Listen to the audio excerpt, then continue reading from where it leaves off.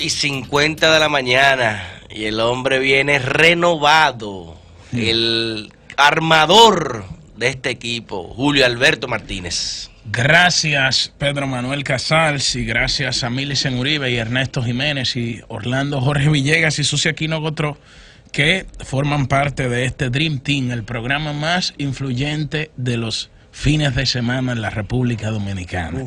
Y cuidado. Miren, señores, varios temas. En primer lugar, la República Dominicana tiene que seguirle los pasos a Paraguay y a su presidente Mario Abdo Benítez, que rompió relaciones diplomáticas con Venezuela de cara al sol y de manera categórica. Mientras Nicolás Maduro estaba haciendo esfuerzos vanos por tratar de legitimar su régimen de cara a la comunidad internacional, el presidente de Paraguay anunció de manera formal la ruptura de las relaciones diplomáticas. Esto siendo coherente con la resolución de la Organización de Estados Americanos, que habían declarado ilegítimo este nuevo mandato o este segundo mandato del presidente Nicolás Maduro, porque se deriva de unas elecciones que fueron realizadas en un contexto totalmente ajeno a la democracia.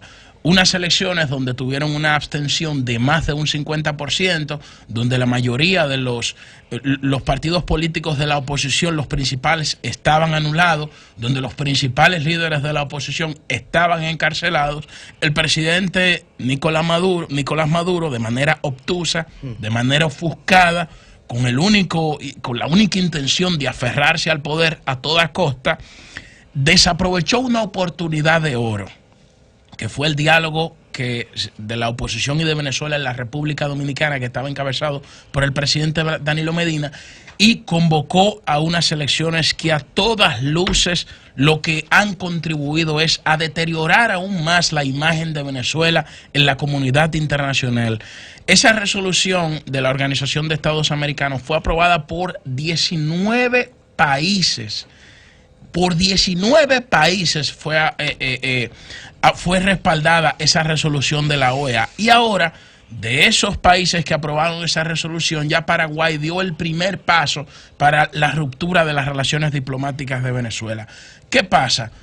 Que antes la comunidad internacional había hecho pronunciamientos y había censurado el régimen de Maduro. Lo ha censurado o lo había censurado por la violación a los derechos humanos, por los presos políticos, por la manera obtusa en la que se ha conducido el presidente, por la crisis económica tan férrea que atraviesa Venezuela y, por supuesto, por la falta de libertad de expresión en ese país. Entonces, con esa censura de la comunidad internacional, eso se quedaba simplemente en titulares, se quedaba simplemente en declaraciones de aposento, se quedaba simplemente en cuestiones más propias de los medios de comunicación que acciones concretas. Sí, Washington había tomado medidas como la supresión de las visas a miembros del chavismo, el impedimento de hacer negocios con Estados Unidos de miembros del chavismo, entre otras cosas, pero se cuestionaba de que esas sanciones también eran cuestiones que no afectaban de manera directa al régimen de Venezuela. Pero con esta iniciativa que ha tomado Paraguay de la ruptura de las relaciones diplomáticas, sí, esto puede cercar aún más el régimen de Venezuela. Maduro, yo dije que desaprovechó una oportunidad de oro con el diálogo en la República Dominicana, porque pudo haber pactado su transición o su salida del poder, o por lo menos una salida que creara las condiciones para unas elecciones con un mínimo grado de transparencia, donde se hubiesen permitido observadores internacionales como se dan en otros países que convocan a elecciones en la región. Pero él desaprovechó esa oportunidad. Ahora prácticamente se encuentra entre la espada y la pared, porque usted se pregunta, ¿qué puede hacer Maduro en estos momentos? ¿Qué puede hacer Maduro? ¿Con quién puede ir a conversar para pactar una salida del poder? No puede ir a España, porque con la comunidad de venezolanos que hay en España, Maduro un solo día no estuviese tranquilo. Y ya como ha sido acusado de cometer crímenes de lesa humanidad, entonces el único camino que tendrá será la cárcel o enfrentar los tribunales.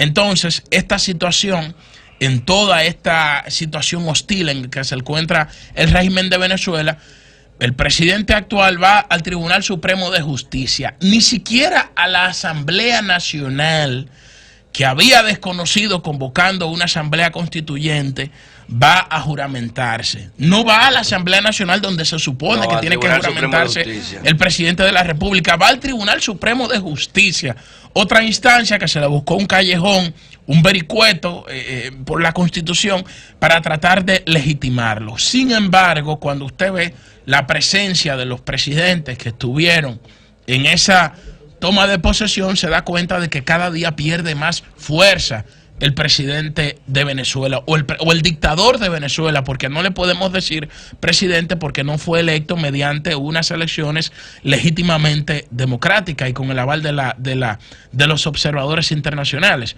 Entonces, hay quienes estuvieron, el presidente Evo Morales.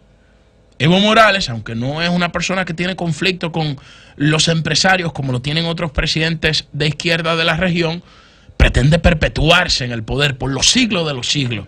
Convocó a un referéndum, lo perdió el referéndum. Es malo eso. Y ahora, a través del Tribunal Constitucional de Bolivia, está habilitado para un nuevo mandato. Pero usted se pone a ver quién más estuvo ahí. Bueno, el presidente de Cuba.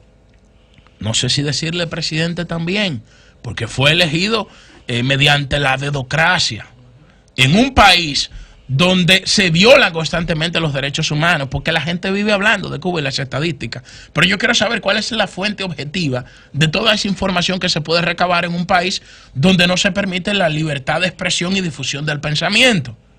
Entonces, ¿quién más estuvo ahí? Daniel Ortega, otro presidente, otro dictador que se aferra al poder, que tiene una enfermedad patológica por el poder y que supuestamente encabezó una revolución. Digo supuesta porque él mismo se ha encargado de destruir su legado, de destruir la lucha en contra de la dictadura de los Somoza en Nicaragua para instaurar otra donde su esposa es la vicepresidenta y donde eso es una monarquía que pretende instaurar en Venezuela y que la comunidad internacional también está condenando. Entonces, cada día más el presidente de Venezuela se ve aislado y realmente, como en política se sabe lo que pasó ayer y no podemos predecir lo que va a pasar mañana, cada vez más se le cierran las puertas al presidente de Venezuela, a Nicolás Maduro, y no se sabe cómo terminará. Porque el único apoyo o eslabón o clave que tiene ahora mismo son los militares.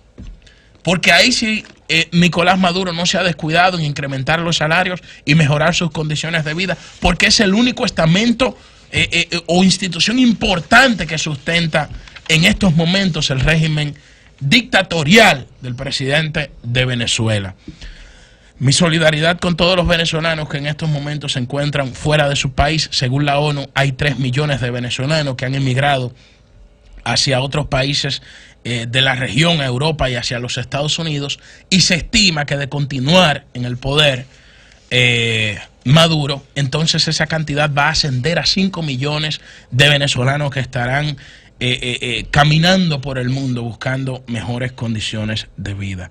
Señores, miren, en otro orden, en República Dominicana este año puede ser bautizado como el año de las definiciones. El año de las definiciones. El año donde el reloj inicia ya el conteo regresivo, el tic-tac, tic-tac, tic-tac, porque todos los partidos políticos tendrán que definir una candidatura para presentarse a las elecciones del año que viene. Y nosotros veremos esto que vimos, este esfuerzo que nosotros vimos de New Link. Digo esfuerzo porque yo reitero, sin menospreciar la encuesta, hasta que el presidente Danilo Medina no defina su situación, no podremos ver un escenario objetivo de ninguna firma encuestadora, porque el escenario está ahora mismo en una zona de incertidumbre. New Link dice hoy que Leonel sería el candidato a vencer. Bueno, no me sorprendería en estos momentos, pero no podemos predecir nada porque hay una fuerza política importante y mayoritaria alrededor del presidente Danilo Medina, dentro del Partido de la Liberación Dominicana, que ahora mismo está en una situación de incertidumbre porque nadie sabe lo que va a suceder. Pero Ernesto dice que Leonel es el mayoritario. Entonces, si suman a Leonel y Margarita, es el sector mayoritario. Porque hoy existe una incertidumbre alrededor del presidente Danilo Medina, de las fuerzas que están alrededor del presidente Danilo Medina. Fíjate que hay varios precandidatos. Entonces, mientras exista esa incertidumbre, ciertamente Leonel es el candidato a vencer. Ahora, una vez el presidente tome esa decisión, pueden pasar dos cosas. Si el presidente opta por un nuevo mandato, que creo que no lo hará, pero en política, reitero, uno sabe lo que pasó, nadie sabe lo que va a pasar mañana. Si opta por un nuevo mandato, entonces toda esa fuerza se va a agrupar a su alrededor.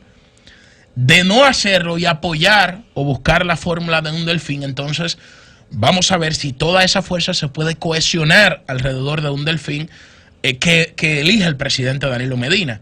Entonces, de lo contrario, veremos si toda esa fuerza mayoritaria se agrupa alrededor del expresidente Leonel Fernández. Lo que pasa es que pongo en duda lo último por los constantes ataques que recibe el sector de Danilo Medina y el presidente Danilo Medina del sector de Leonel Fernández. Y que da constantemente